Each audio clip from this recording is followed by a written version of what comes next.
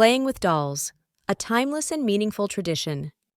Here and there I see posts from ladies who are self-conscious about playing with dolls, even though I am an adult.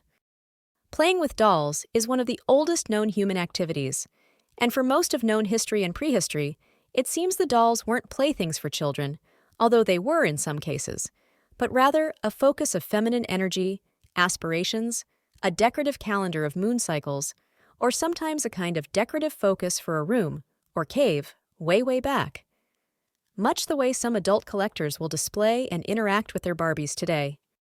Along with the keeping of yearly calendars and linear timekeeping, which appears after the comet impacts of the Younger Dryas, dollkeeping is a very early prehistoric pastime.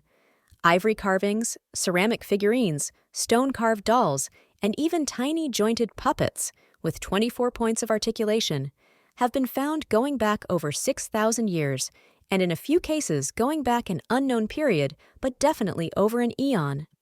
One find of a ceramic figure with a lizard head might be 35,000 years old and is definitely extremely old.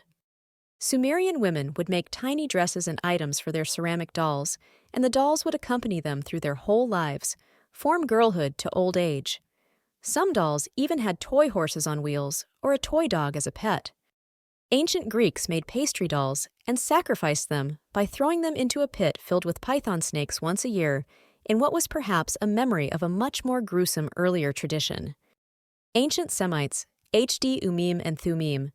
Ancient Egyptians had their Shebiti Ushabti figurines, which were placed in tombs next to or inside their own Barbie dream house, replicating the deceased person's home, or an ideal of it.